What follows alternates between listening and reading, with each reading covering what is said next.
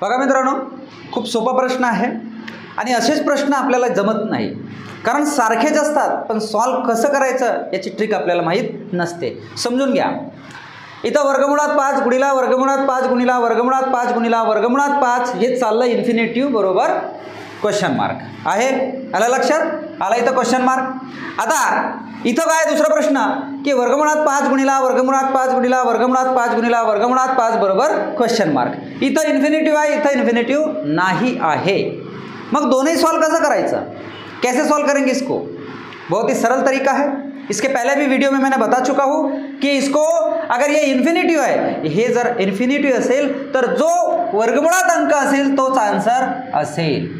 म्हणजे याचा आन्सर काय आहे? 5 बरोबर. पण जर हे अंक कंटिन्यू अशा स्वरूपात असतील आणि ते इन्फिनिटिव्ह जर नसेल तर तेव्हा काय करायचं? किती अंक आहेत? 1 2 3 4. तर 4 वेळा 2 लिहायचं गुणाकाराच्या स्वरूपात. 2 गुणिला 2 गुणिला 2 गुणिला 2.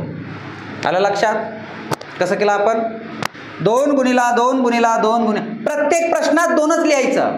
इथं किती पण काही असो, पण किती वेळा लिहायचं? हे जेवढे रूटमध्ये आहेत अंक तेवढेच 2 2 2 2 लिहायचं गुणाकाराच्या स्वरूपात. आलं लक्षात? मग याचा गुणाकार करा. 2 दुनी 4 दुनी 8 दुनी 16 आलं. आता काय करायचं? हे जो अंक आहे याला घ्यायचं, इथं जो अंक तिथं आहे, आणि याला द्यायचं घाताच्या स्वरूपात. खाली 16 लिहायचं, हा जो आलेला आहे, आणि त्याचं वर लिहायचं 15, 1 कमी. म्हणजे 5चा घात 15/16 हा आला तुमचा फायनल आन्सर. समजलं? अजून एकदा बघा. जेवढा इथं 5 5 5 5 आहेत तेवढेच किती लिहायचं? 2 2 2 2 गुणाकाराच्या स्वरूपात. तेवढा गुणाकार करायचं. जो काही येणार तो 5चा घाताच्या स्वरूपात लिहायचं, आणि अंश हा घातपेक्षा 1 कमी लिहायचं. समजून घ्या. इथं अजून एकदा जर आला असता 5, तर आपण इथं गुणाकार अजून 2 केला असता, आणि इथं 16 गुणिला 2 म्हणजेच 32 आला असता, आणि इथं 5चा घात 31/32 हा आंसर आला असता. कळलं?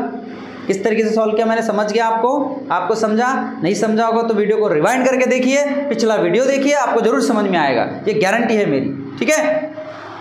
हाँ, वीडियो अगर अच्छी लगी होगी तो लाइक करिए, सब्सक्राइब करिए और दोस्तों को शेयर करिए.